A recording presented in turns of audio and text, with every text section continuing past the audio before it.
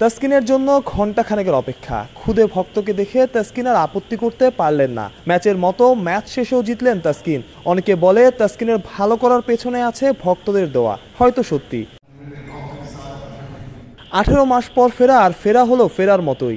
Match সেরা তাসকিন আহমেদ। তবে সংবাদ সম্মেলনে এলেন মোহাম্মদ সাইফুদ্দিন। 4 ওভারে 15 রান খরচায় 3 উইকেট। অভিনন্দনের জবাব দিতে দিতেই যেন সাইফ ক্লান্ত।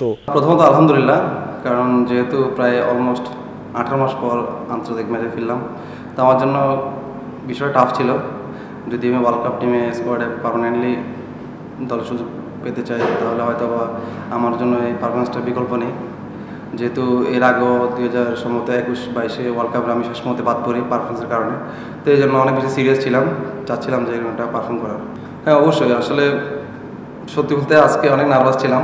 যদি এর আগে কখনো ইন্টারন্যাশনাল ম্যাচ খেলেছে, নার্ভাস ছিলাম না। যেহেতু আসলে আমার জন্য ভালো করাটা খুব গুরুত্বপূর্ণ ছিল, যেহেতু 1-2 ম্যাচ পরে ফিজ আসবে।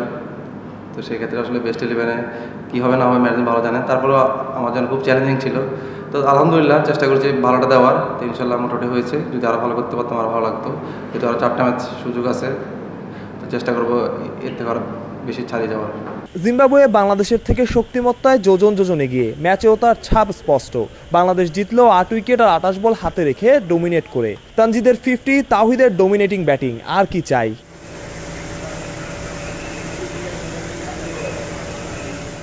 যেটা শুনছিলেন সংবাদ সম্মেলনে সাইফ বললেন, চাপ ছিল।